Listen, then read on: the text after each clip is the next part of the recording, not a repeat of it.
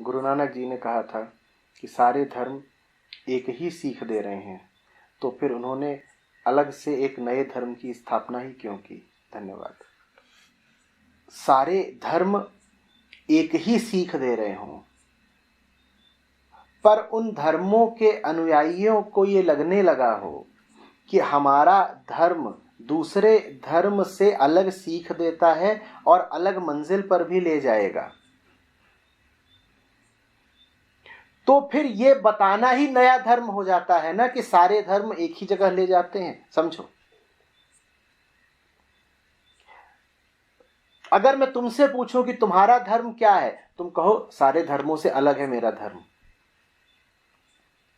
और तुमसे पूछो तुम्हारा धर्म क्या, और तुम कहो मेरा धर्म भी सारे धर्मों से अलग है और अलग सीख देता है। तुमसे ही पूछो, तुम भी कहो मेरा धर्म बिल्कुल अलग सीख देता है।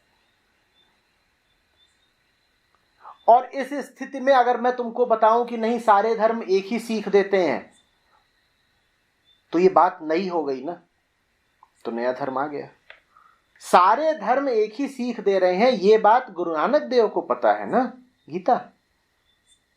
ये बात क्या उन धर्मों के अनुयायियों को पता है? क्या ये धर्म का जो सामान्य अनुयायी है वो कह रहा है? उससे पूछोगे तो कहेगा नहीं, बिल्कुल नहीं, मेरा धर्म श्रेष्ठतम है, और जो बात मेरा धर्म बोलता है वो कोई दूसरा धर्म बोलता नहीं। जहां मेरा धर्म पहुंचा देगा वहां कोई दूसरा धर्म पहुंचाएगा नहीं। तो ये बात अभी सिर्फ गुरु नानक देव ही कह रहे हैं ना उस समय पर, कि सारे धर्म एक ही जगह ले जाते हैं, और तो कोई ये बात मान ही नहीं रहा था, और तो कोई ये बात कहता ही नहीं था। समाज में बड़े विभाजन थे, बड़ी लड़ाइयां। तो ऐसे समय पर गुरु नानक देव की जो बात थी वो अनूठी थी, नई थी। ऐसा नहीं कि उन्होंने पहली बार ये बात कही थी, पर उस समय वो बात कहने वाला और कोई नहीं था। तो जब सब गलत रास्तों पर चल रहे हों, नए नए गलत रास्ते बना लिए गए हों, तब सबको पुराने और सही रास्ते पर वापस लाना ही एक नए रास्ते की स्थापना है।